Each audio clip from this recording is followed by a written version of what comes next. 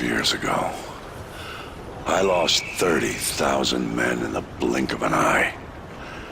And the world just fucking watched. Tomorrow, there will be no shortage of volunteers, no shortage of patriots. I know you understand. Get it on!